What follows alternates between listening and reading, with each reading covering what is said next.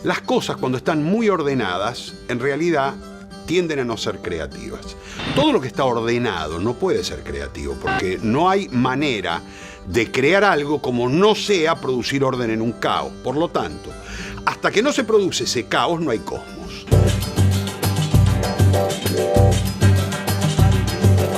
Nosotros vivíamos una gran primavera, una gran ebullición, una efervescencia. Ebullición cultural, musical. Yo estaba inquieto por un montón de cosas. Parece ser que todo es posible. En una sociedad sin salidas, en una sociedad obturada.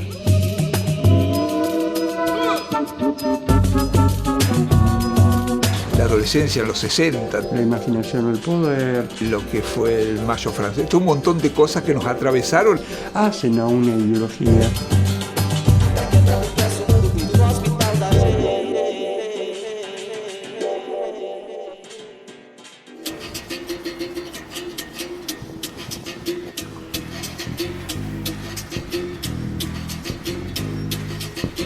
Que mi sino van a dar, que mi sino van a dar.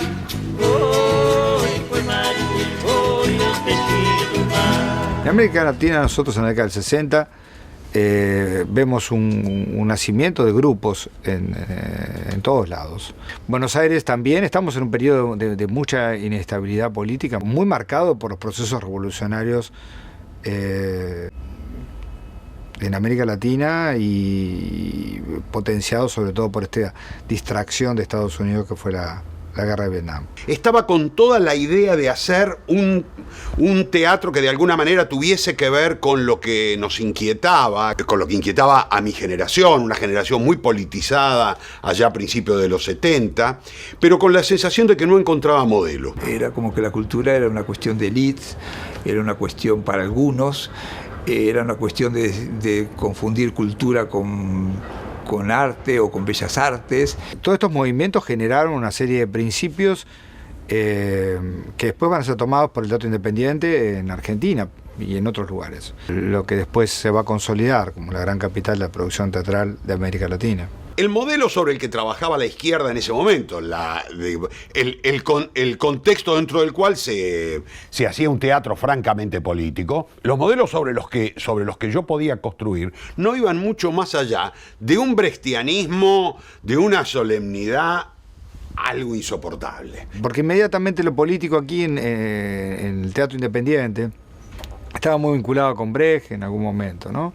Que nunca se entendió demasiado. Iba a ver obras brechtianas y me dormía. No porque no me interesase, por supuesto me interesaba, pero no me seducía. Interés y seducción son dos cosas muy diferentes que aprendí, entre otras cosas, a diferenciar gracias a Augusto. Estas distancias que toma el propio Boal de Brecht tiene que ver con esa conciencia de público, ¿no?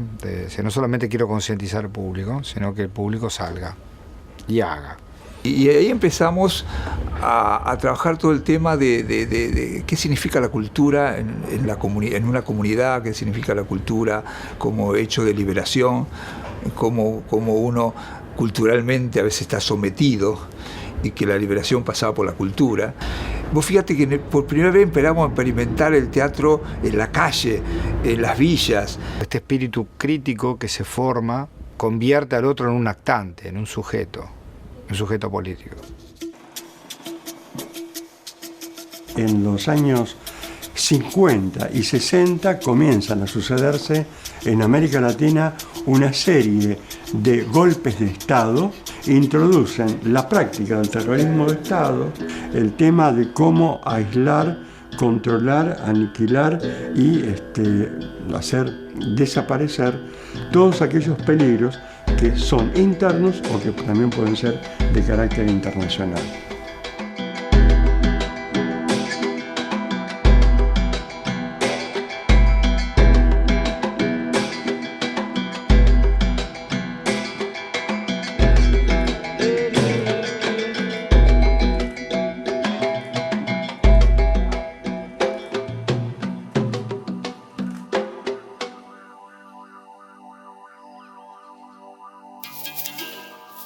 Mi conocimiento de Boal tiene dos etapas. La primera, antes que se caiga esta mierda, fue Ahí va.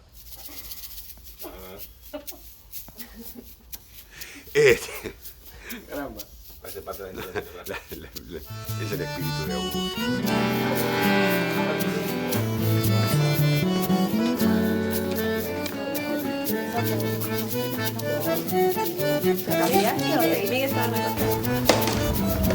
O en los 70. O en 70.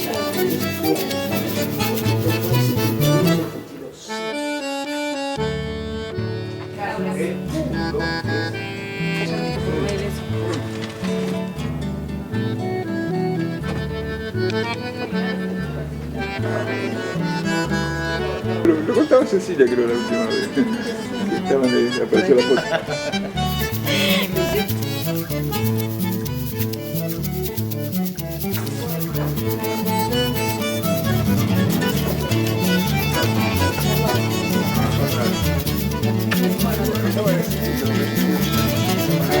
Lo conocí a Augusto así. Yo estaba haciendo una obra de teatro y oímos hablar de un director brasilero que iba a venir y que era muy famoso, muy importante, muy interesante por el tipo de teatro que hacía. Ahí ese director apareció y un día me vino a ver al camarín y me preguntó si quería trabajar con él. Después de ese encuentro, que fue en 66, yo me vine a vivir a São Paulo con él. Y fue ahí que él fue secuestrado, fue preso, en fin, que sucedió todo eso que motivó los exilios, ¿no? Que motivó ese largo viaje. Y el primer lugar que a mí naturalmente se me ocurrió fue volver a Buenos Aires.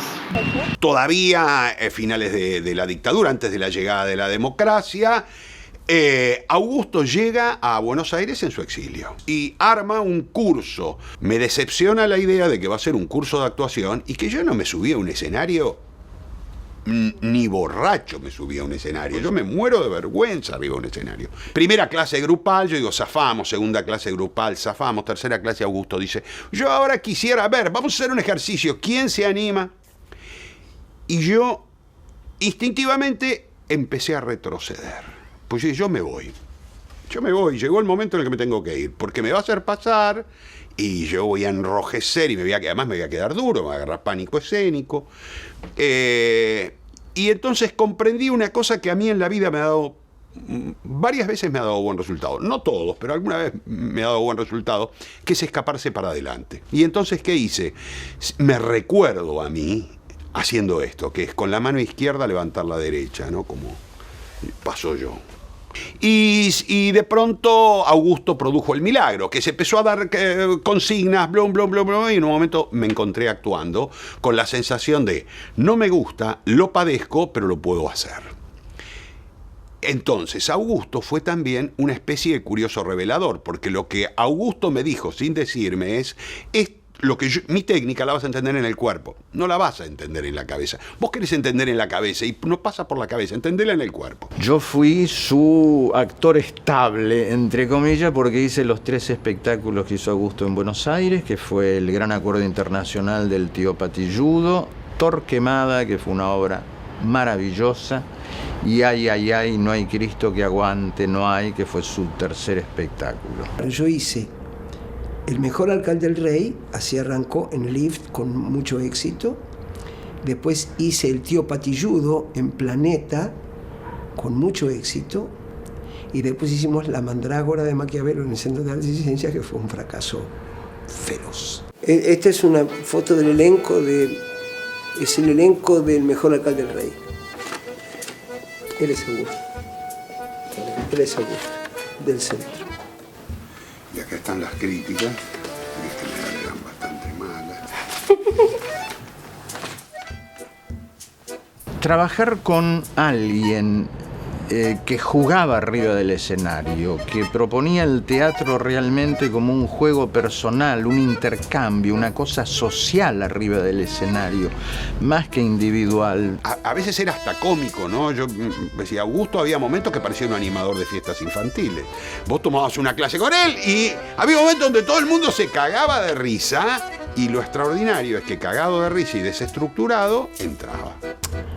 A mí me parece que la primera cosa que proponía y que a mí me copaba era la diversión. O sea, que sin diversión... Esperamos que pase el tren, porque si no... Ah.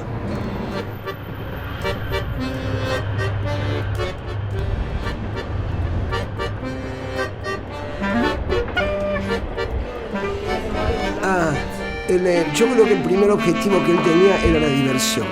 Y el segundo objetivo era la clarificación, que la ideología pase clarita. Y Augusto proponía continuamente algo de entretenimiento asociado al saber, que era apasionante. Al poco tiempo de dar clases, lo que me di cuenta es que la única manera que un grupo sostiene 3 horas en contacto fluido, franco y gozoso contra la superficie comunicante de una clase es si está entretenido, es decir, si está si está entre los límites de algo que lo tiene en ese estado fluyente, gozoso. El gran acuerdo internacional del tío Patilludo parte de que en ese momento el nombre que había tomado la dictadura de turno era el Gran Acuerdo Nacional. Y el emblema eran partidos de fútbol. Y hacíamos el precalentamiento a telón cerrado, pero ¿qué precalentamiento? Un partido de fútbol. Y la fiesta empezaba desde ese momento también, ¿no? El tío Patilludo lo hicimos en la CGT de los argentinos, llevados por Rodolfo Walsh.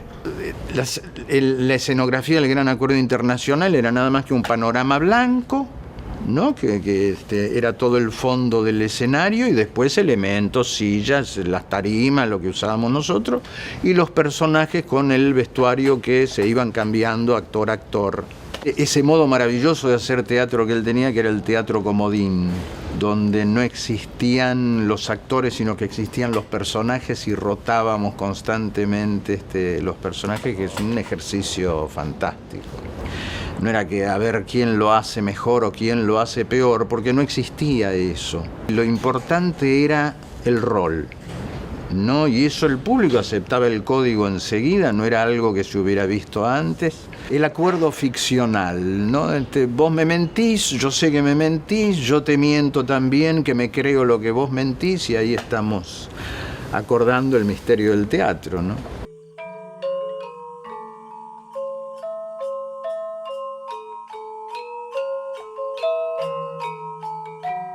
Era un cómic donde el tío Patilludo era el tío Sam. Eran los superhéroes al servicio del tío Sam, y después estaba el pueblo, no me acuerdo exactamente, yo recuerdo que hacía de soldado y recuerdo la felicidad del público, porque se encontró con una obra, con un planteo político claro, un cuento ideológicamente claro y políticamente dirigido, donde te reías de punta a punta de la obra. Que era una cosa totalmente nueva, que el artista se involucrara políticamente, porque supuestamente el artista era apolítico. El artista no se metía en política. El tío Patilludo era una obra absolutamente política. Entonces ahí se armó el bolonqui, hicimos la obra. Sabíamos que venía mucha policía a vernos, que era para salir y que nos peguen un balazo a cada uno. Yo creo que él era un apasionado del teatro popular mucho más que del teatro que del teatro convencional. O sea, lo del teatro convencional era parte de un acuerdo como para seguir expresándose, pero que le interesaba mucho más, tiene mucho más teoría escrita sobre el teatro en calles y demás que otra cosa. ¿Es material? Sí. Uy, che. Bueno, ustedes nos dicen cuando volvemos. ¿Dónde retomamos? Por la teoría escrita por Walsh, yo me imagino que le interesaba mucho más el trabajo fuera de la sala que dentro de la sala, como teoría y como postura ideológica, por supuesto. Igual impuso ese contacto del artista con lo popular, el artista con la calle, con el subte, con la plaza, con la villa. La única relación que yo pude tener con Augusto Boal fue que vi un espectáculo de casualidad en el subte de Teatro Invisible. El grupo se llamaba Machete. Esto era algo así. Éramos algo así como 6, 7 personas. Subíamos a los trenes cuando había mucha gente. Nos distribuíamos por distintos lugares del vagón. Y una de las chicas, Bárbara Ramírez, está desaparecida, Bárbara. Bárbara era muy flaquita, muy bonita y muy buena actriz, muy encantadora. Y entonces ella lo que hacía, se ponía un almohadón, una chica embarazada, que se le notaba mucho además, porque era pequeña de cuerpo, entonces andaba con su embarazo. Cuando subía, se empezaba a producir este quilombete, ¿no? De bueno, hay que darle el asiento a la señora, el asiento acá, Entonces, mientras ella iba hacia el asiento, ya empezaba a protestar. Bueno, me dan el asiento, pero acá no es cuestión que te den el asiento. Acá lo que debería pasar es que viajemos mejor, no que viajemos como sardina, porque ¿por qué viajamos como sardina? Entonces el otro empezaba a contestar, a alguien en la otra punta del vagón. ¿Sabe lo que pasa? Esta es la hora que se sale del trabajo. ¿A usted le parece que van a poner más servicios para la gente que trabaja? Los servicios no se ponen para la gente que trabaja, señora. La gente que trabaja es sardina. ¿Qué va a ser sardina? Y empezaba una discusión en la que cada uno de los 6 iba agregando conceptos. Recuerdo que terminábamos coreando algo y ya estaba calculado que será el tiempo en el que se estaba llegando a la estación siguiente. En el momento que se llegaba a la estación siguiente, bajábamos y desaparecía. Al principio no se sabía si era teatro o no. En un momento descubrían que era teatro. En el momento que se descubría que era teatro, bajaba de línea y salida. No, él era muy famoso en el ambiente under, o sea, era famoso en el ambiente under, pero no en el ambiente más comercial, digamos, más teatral. Y supongo que tenía mucha gente, otra vez viene el tren. Pero no está mal que venga con tren,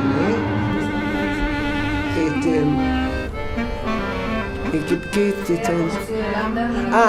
Y además era muy querido por algunos de nosotros, o por muchos de nosotros, y era no detestado, pero sí cuestionado por la escuela más stanislavskiana, digamos. Diferenciar lo que era el teatro para la platea, el espectador que pagaba su entrada, se sentaba y consumía, como para incorporar los elementos populares del teatro. Igual tuvo una diferencia grande con lo popular en el sentido de que él era un marxista de libro. Entonces le costaba muchísimo insertarse en el movimiento popular de masas que era en ese momento el peronismo, ¿no? Boal siempre, con mucha inteligencia, aquí en Argentina, él manifestó un marxismo genérico. Yo creo que hizo muy bien. Yo creo que el teatro político que hacíamos con Augusto en ese sentido era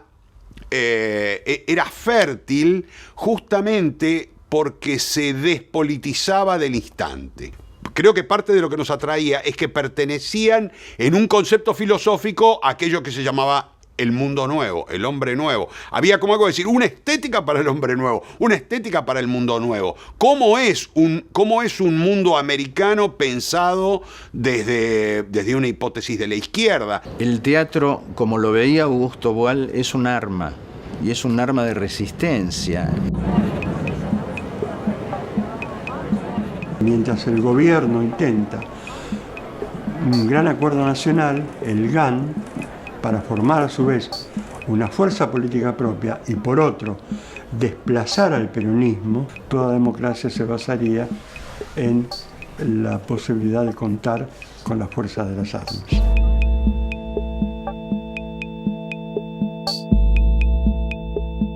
Mi idea del terrorismo de Estado es que se inicia claramente con la masacre de Trelew el 22 de agosto de 1972. Nosotros somos entonces parte del pueblo. Toda la gente que está aquí es parte del pueblo. La matanza deja como saldo más de una decena de víctimas que son fusiladas a través de una argucia. Sin el fusil, aquí no es posible, pensando en la cabeza de estos hombres, no es posible la transición democrática. Torquemada era una obra autobiográfica que hablaba de las vivencias que él había tenido en la cárcel en Brasil antes de ser liberado y exiliarse en Argentina. Y nos tocó trabajar en el periodo de los asesinatos de Trelew. Es más, la noche de los fusilamientos de Trelew, el elenco decidió hacer la obra en homenaje, porque hablaba de eso. La obra terminaba con un fusilamiento masivo.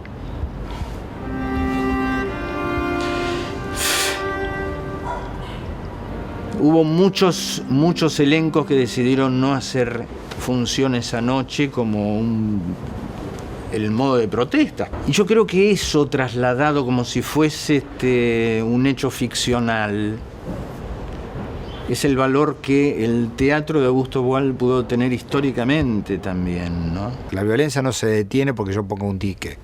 La violencia se detiene con fiesta. El teatro ayuda porque tiene elementos festivos, pero con fiesta. Una sociedad tiene que recuperar su malla, su entramado, y no se puede hacer con un decreto. Ni siquiera con la venida del padre, que era Perón. La vuelta de Perón era como un gran placebo, ¿no? Venía Perón y todo se solucionaba. Y esto lo pensaba la gente de centro, la gente de derecha, la gente de izquierda, desde el alfabetizado político al analfabeto político. Todos lo pensaban, hasta los antiperonistas. Cuando asume Cámpora en marzo de 1973, este es un gobierno de carácter muy transitorio. No olviden que una de las siglas más importantes es Cámpora al gobierno, Perón al poder.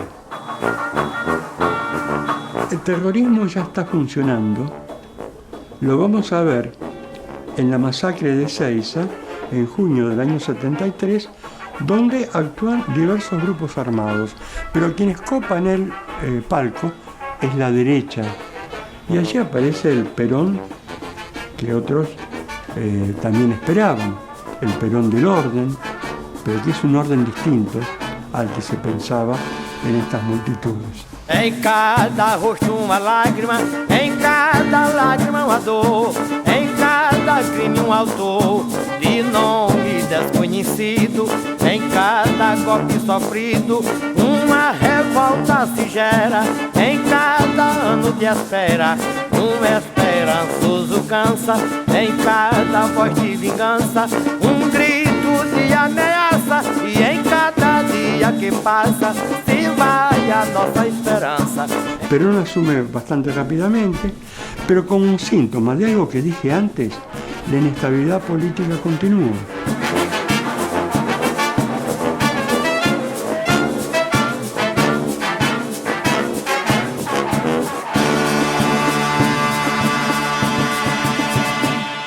Verano del 73, antes de las elecciones del 73 que ganó Cámpora. Es decir, en el medio del quilombo de Buenos Aires, nosotros en un sótano en la calle Paraguay haciendo ay, ay, ay. Este espectáculo ya se estrenaba en el marco de algo muy despelotado, que era, imagínate, una campaña política de regreso a la democracia. Nosotros de lo que hablamos es de esto. Hablamos de la existencia de un pensamiento burgués que se manifiesta también en estas elecciones, donde... Y entonces parte de los personajes que hacíamos de ay, ay, ay, de alguna manera internamente parodiaban a alguno de los candidatos de la derecha, ¿no? Esta es de ay, ay, ay. Esta es de ay, ay, ay, sí. Este era un coro, ahí estábamos cantando. Que eran imitaciones de políticos, ¿viste cómo se hace ahora? Y este imitaba a Frondizi. Y este no me acuerdo cómo se llama este pibe. Esto lo conseguí en realidad más tarde, ¿eh? Esto es una fotocopia de una edición que no sé de dónde salió, de Arena Conta Zumbí. Es una revista de teatro, no sé a ver de dónde salió. Y era una parábola sobre la explotación y sobre la hambruna a que estaban condenados las clases más bajas y con menos posibilidad de desarrollo, ¿no? Dentro del propio grupo, donde nosotros decíamos, bueno, nosotros estamos sosteniendo un discurso que es un discurso general, que es un discurso de oposición a la dictadura, que es un discurso de clarificación en relación a la maquinaria del capitalismo, al pensamiento propietario.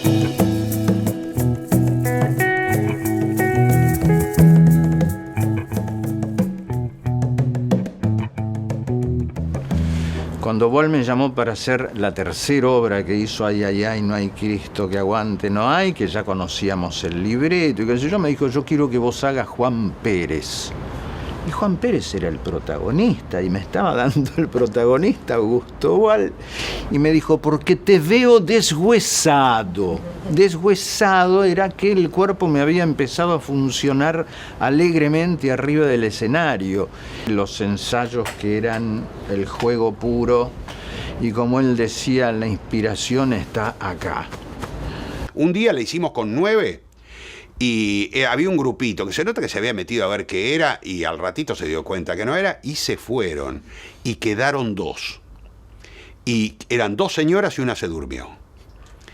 Y nosotros teníamos una escena donde bajaba todo el grupo cantando a la platea, ¿no?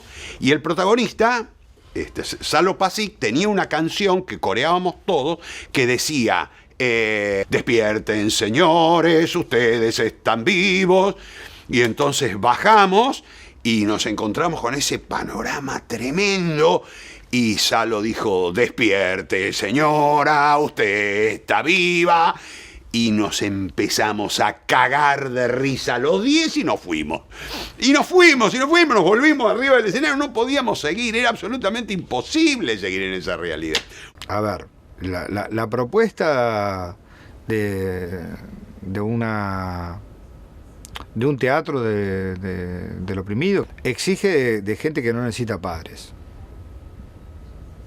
que no necesita tutelas, que puede pensar por sí misma, que por supuesto va a seguir líderes, ¿por qué no?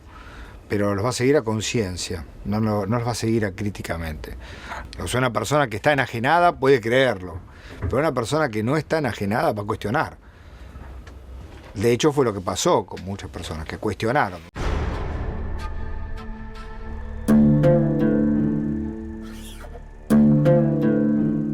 Acá, a partir de septiembre, se agudiza ese terrorismo de Estado que en realidad va todavía a catapultarse o a ser mucho más grave a partir de la muerte de Perón.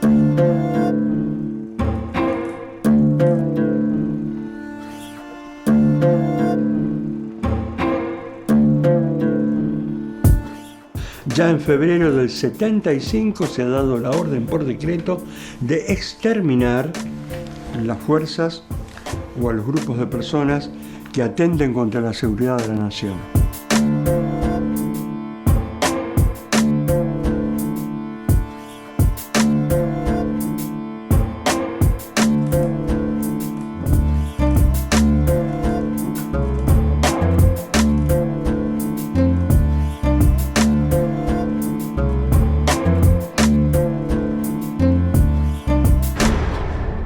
Cosas estaban poniendo muy mal, en el 75 por ahí, él sin pasaporte, sin poder viajar, viene la noticia de que sí le obligan al gobierno a darle el pasaporte y al mismo tiempo en Portugal, que estaba habiendo todo ese proceso de la revolución de los claveles, lo invitan a dar clases y yo prácticamente lo obligué a que se fuera y nosotros nos fuimos después, o sea, yo y mis 2 hijos, uno de los cuales era muy pequeño, Julián. Ya en el 75 acá se puso muy duro con la AAA. Más, el caso nuestro de su esposa, de Cecilia, habíamos sido expulsados de la Universidad de Buenos Aires cuando subió Talagano, una conducción totalmente fascista en la Universidad de Buenos Aires, que por otro lado creo que nos salvó la vida porque un año antes desaparecimos de la visibilidad.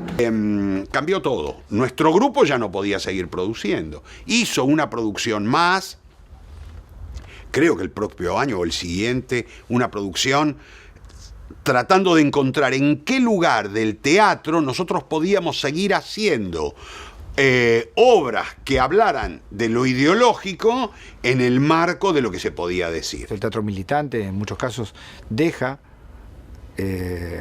antes del golpe del 76, de poder actuar en muchos lugares porque es perseguido, porque algunas de sus figuras tienen que ir al exilio antes del golpe del 76, otras reciben amenazas, otros unos pocos son asesinados. Eran los primeros inicios, me imagino, del Plan Cóndor, entonces... No nos imaginamos, aunque lo veíamos en los países de al lado que iban cayendo, lo que pasó en Brasil, lo que pasó en Chile sobre todo, que fue muy, muy duro lo que pasó, que fue un reflejo después de lo que nos iba a pasar a nosotros.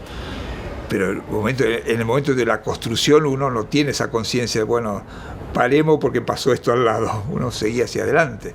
Frente a la llegada del golpe militar, lo que empezó a haber es diáspora, lo que empezaron a dispersarse. Lo que nosotros vamos a conocer como represión de Estado a partir del año 76 se estaba estructurando, entonces, desde el mismo Estado.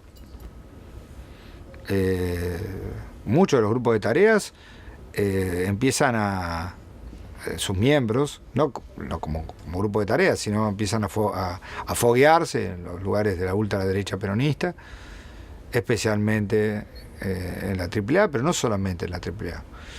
La violencia sigue creciendo y es lógico que terminemos en esa orgía de violencia del golpe del 76.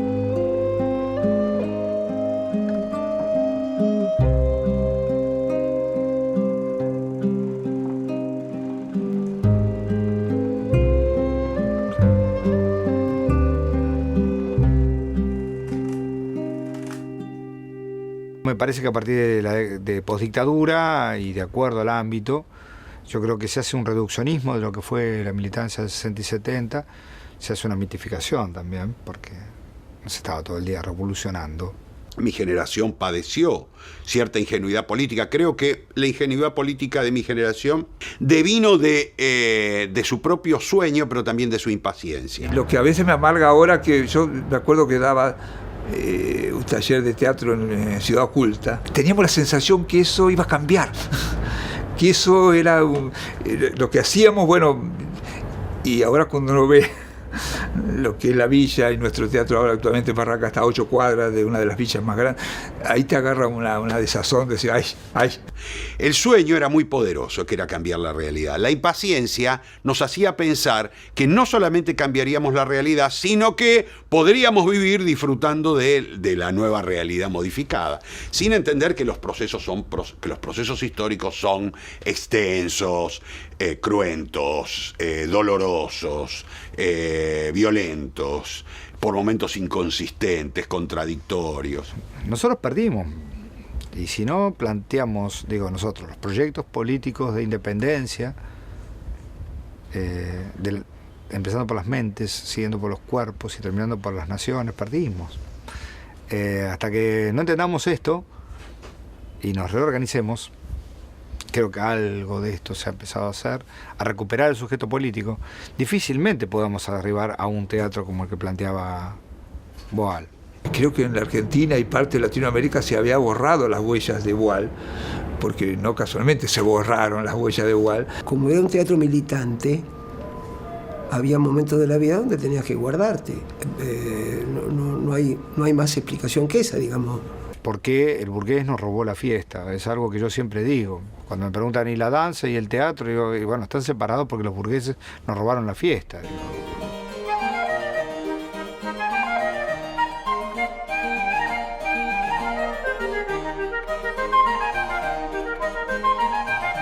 ¿77, 78, 79, 80, 81, 82? La democracia vuelve en el 83, son 7 años de oscuridad. Cuando vuelve la democracia, en realidad vuelve también con una nueva hipótesis estética. Es otra cosa. Aparecieron otras tendencias en la teatralidad, apareció también una necesidad, un teatro muy europeo. Desde el 84 en adelante, me parece que hubo una mirada hacia otros lados, no hacia América Latina. Indudablemente el modelo teatro abierto es un modelo de autor que sigue predominando en la década del 80. Modelo de sala, la década del 90, tanto en Brasil como en Argentina, poco tiene que ver con un teatro para todos, desde todos, ¿no? Esa apropiación del teatro, reapropiación del teatro que exigía Boal, ¿no? Porque hay una zanja creada por la dictadura que impide de manera definitiva la posibilidad de que la estética, el teatro y la ideología del teatro de Augusto se pudiera representar después del 76. Ni siquiera se tenían en cuenta, porque en el fondo era el teatro popular, el teatro latinoamericano, investigaciones de que fue supuestamente de una época. Tenemos cada vez más masas alejadas del teatro. Tenemos un teatro de clase media, hecho por gente de clase media, como era Augusto también, como soy yo, como la mayor parte de la gente que hace teatro hoy. Y Augusto no está aquí como para seguir generando este modelo. Entonces este modelo desaparece. Curiosamente, desaparece aquí porque aquí ya había estado, pero empieza a aparecer en distintos lugares de América y de Europa. Sobre todo donde se desarrolla, es ahí donde él labura. Inclusive debe estar metida en muchos espectáculos que uno ve en el mundo, debe haber cosas de Boal o de seguidores de Boal que ni siquiera saben que están haciendo eso. En los 90, sobre todo en la segunda mitad de los 90, después de las consecuencias nefastas del mismo plan económico que se había implementado, inclusive antes del 76, genera nuevos grupos de teatro comunitario. Y el teatro comunitario es lo más parecido, si querés, a un teatro militante en ese periodo. Porque a veces cuando te preguntan sobre el teatro comunitario parece que hubiese alguien inspirado que se le ocurrió algo.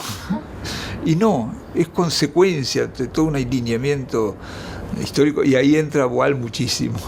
Tiene que ver con la necesidad casi intuitiva, más allá de que existen los entrenadores, algunos de ellos alumnos de Augusto, que van a hacer estos grupos porque la gente necesitaba narrar lo que le había pasado. Se habían quedado, cuando uno se queda sin voz, se muere. Entonces, bueno, aunque sea tener esa voz y poner el cuerpo a través del teatro comunitario. Por suerte la gente joven lo está tomando porque está necesitando comunicarse de otra manera, visualizar al teatro de otra manera. A veces es fácil descubrir el plantín, volviendo a esto, la semilla. Lo que es muy difícil es seguir las raíces que armó. Y armó raíces por todos lados. Germinó de vuelta lo que hablábamos del tema de la semilla, ¿no? Porque había sido arado, el campo borrado, entonces está de vuelta, está de vuelta. ¿Tenés idea por qué? Yo estoy mirando esta cámara, vos sabés que siempre soy el que, yo hablo con ustedes, siempre soy el que soy filmado, nunca tuve una de estas en la mano. Porque ahora les voy a mostrar a ustedes. Esto es el techo, tal. Ni sé por dónde se mira acá. Hasta hace un rato estábamos tomando mate, pero claro, como ahora soy entrevistado no me pasan más un mate. Acá está el mate, ¿ves? Como decía Good Morning, como decía en la película Peter Sellers. Augusto trabajaba muy bien con los actores. Él había hecho una formación en Estados Unidos y entonces tenía una influencia de Stanislavski muy grande, el Actors Studio.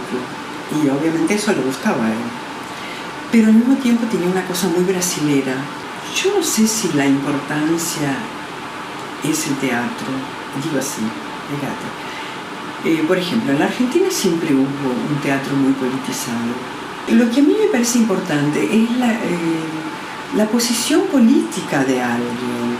Sí, y a través de qué la ejerce. Puede ser que la ejerza, si la persona es médico, entonces se va a dedicar a hacer un tipo de medicina. Si es una persona de teatro, va a hacer un tipo de teatro. Era brasileño, era Augusto Boal. Y lo que tenía era una alegría de vivir y una alegría con lo que hacía. Yo creo que es la alegría que uno tiene cuando está convencido que lo que hace es lo que quiere hacer.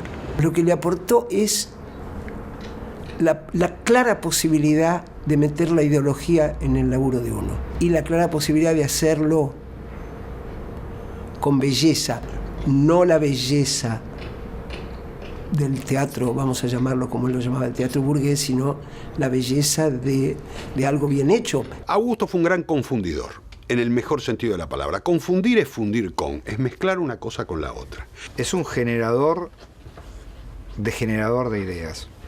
Es un multiplicador de ideas. Es un tipo que llegaba con la idea de decir esto no es así. Y entonces cuestionaba todo. Y en el cuestionamiento de pronto empezaba a cuestionar cosas que eran sagradas. Entonces continuamente lo que Augusto venía a decir es, hay verdades instituidas. Como a toda institución lo que hay que hacer es encontrarle cuál es verdaderamente el sentido humano. Si no se transforman en eso, que es institución. Uno tiene que aprender a leer la vida, no a leer un texto. Y en ese leer la vida, el arte tiene un papel fundamental. Y bueno, y el cuerpo.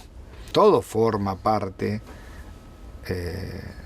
de la misma concepción de un hombre libre. Cuando le íbamos a poner el cuero a hacer teatro tren, no veníamos a hacer algo que estaba en los libros y mira, estoy usando una técnica de Peter Brook que la encontré, tiene 5 libros publicados sobre esto, y si alguien te decía, esto que estás haciendo es una pelotudez, ¿cómo vas a decir que es una pelotudez? Hay 5 libros que sostienen esto. Acá no había nada.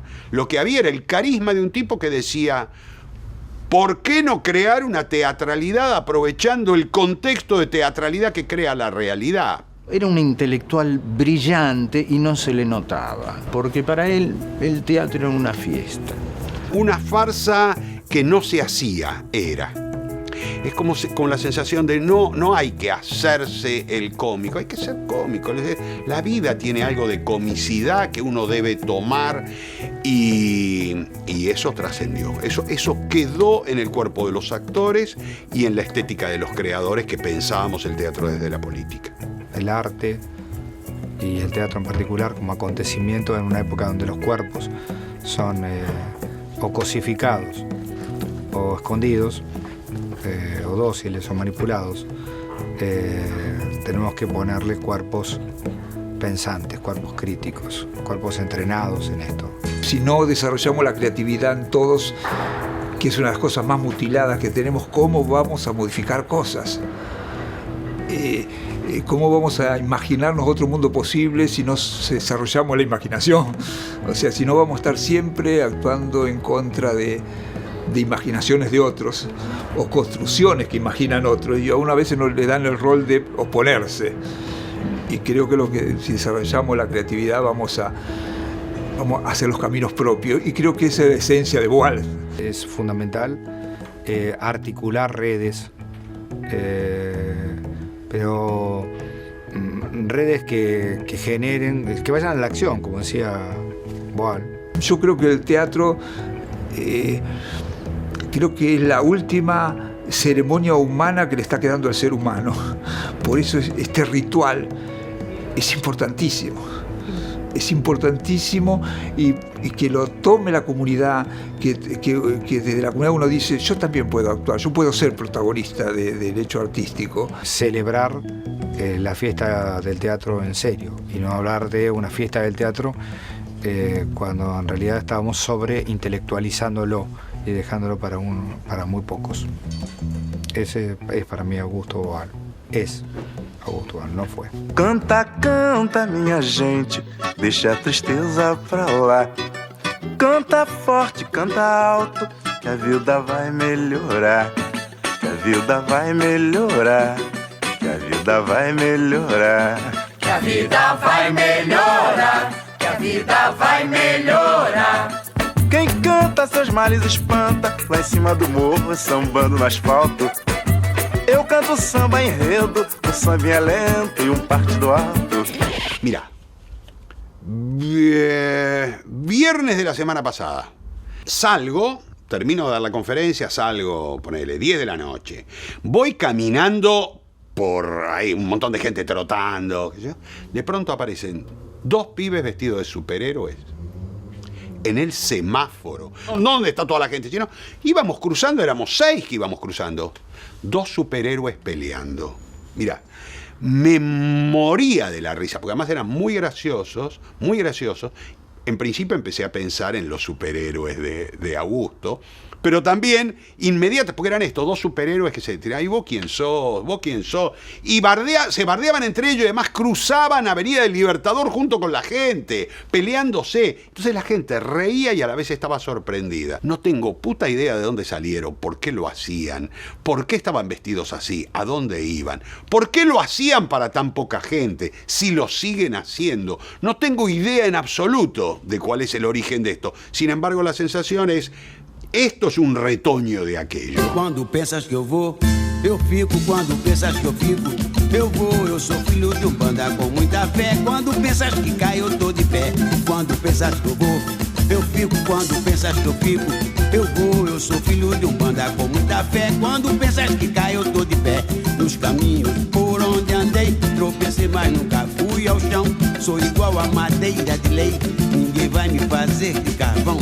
E assim continua a seguir na corrente do mal dando nó. E esse seu olho grande, canalha, ele nunca vai me ver na pior. Quando pensas que eu vou, eu fico. Quando pensas que eu fico, eu vou. Eu sou filho de banda com muita fé. Quando pensas que cai, eu tô de pé. Quando pensas que eu vou, aí, vovó, quando pensas que eu fico, não deixa cair, eu sou filho de banda com muita fé. Quando pensas que cai, eu tô de pé. Eu só peço a Deus estrada pra caminhar, sem pedras em meu caminho e sem espinhos pra pisar. Que a luz divina venha sempre me seguindo. Quando você pensar que eu tô caindo, é aí que eu vou subindo. Quando você pensar que eu tô caindo, é aí que eu vou subindo. Quando pensas que eu vou, eu fico. Quando pensas que eu fico, ó o povo de Aguana. Quando pensas que